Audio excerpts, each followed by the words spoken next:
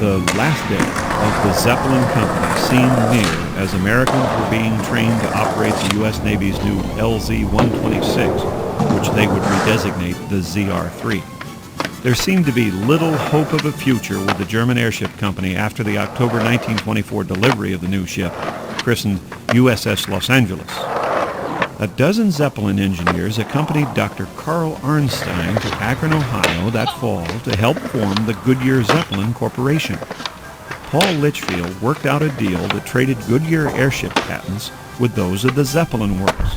The new company first envisioned the Goodyear Zeppelin I, a luxurious liner which could carry more passengers over longer distances than enlarged World War I designs. U.S. Navy conceptual artists who had studied the Zeppelin's naval role in the Great War saw the rigid airship enhancing the traditional scout cruiser. Bureau of Aeronautics Design Number 60 sought to define a new fleet airship. Each carrying aeroplanes, a fleet of 10 to 12 modern Zeppelin Scouts would have complemented the slower, more expensive gun cruisers. Over in England, copies of naval Zeppelins, converted for commercial experiments after the war, were abandoned in favor of all new designs more than twice the size of wartime craft. U.S. Navy planners realized similar performance with helium would require at least 6 million cubic feet. Congress authorized the construction of 2 such ships after the USS Shenandoah broke apart in an Ohio thunderstorm.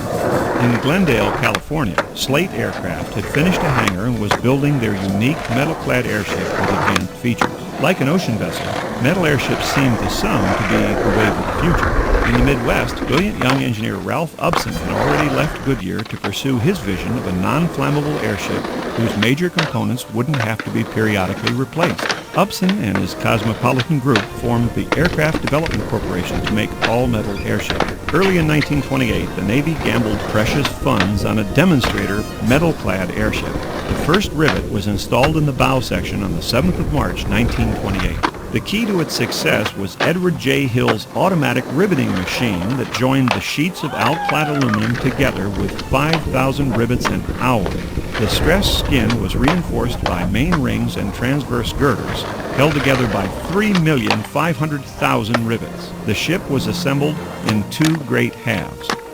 About this time in Germany, the Locarno treaties had eased the restrictions on commercial airship development. Hugo Eckener eventually raised enough money to start building a new passenger liner. The new LZ-127 would be built to the maximum size allowed by the remaining construction shed. 100 feet in diameter and 776 feet long, the LZ-127 would have a volume of 3,700,000 cubic feet for transoceanic capability.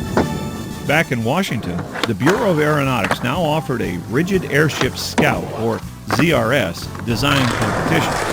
Goodyear Zeppelin was the most realistic contractor, submitting 3 possible designs. Metal clads were not considered. Finally, a contract for 2 prototypes was signed with Goodyear Zeppelin on October 6, 1928. The company first planned to enlarge the classic Zeppelin design into the 4th Navy rigid, but the use of fireproof helium allowed engine mounting inside for a more streamlined hull. The design's built-up main rings offered the huge frame greater strength, and together with triangular keels, offered ship-wide personnel access. Conceptual drawings showed a ship as long as the U.S. Capitol building, bristling with big guns. Goodyear Zeppelin was investing in the future, so its construction shed would be much larger to accommodate future generations of 10 or 15 million cubic foot ships. The company considered California, but the city of Akron agreed to a new airport site. With President Paul Litchfield's symbolic groundbreaking, construction began as 1 million cubic yards of earth were moved to level the field. Using a patented design by Dr. Arnstein, architects Wilbur Watson and Associates engineered the largest clear space building in the world. First came 1,300 25-foot pilings to support a floor of 15,000 cubic yards of concrete, held together with 700 tons of reinforcing steel. Tie-downs for clamps were cast every 10 feet. Next came 1.5 miles of railroad track to support 7 locomotive trains. The 11 main arches were spaced 80 feet apart. Only the 3 center arches were set in concrete. The other footers featured huge pin and roller arrangements that allowed the giant structure to breathe. Atmospheric pressure changes could cause lateral movements of up to 4 inches in the length. Arches were built to the crane's 100-foot limit. Then the center section was counterweighted into place using telltales for alignment. The arches, with a 562-foot perimeter, and their supports consumed more than 5,000 tons of steel.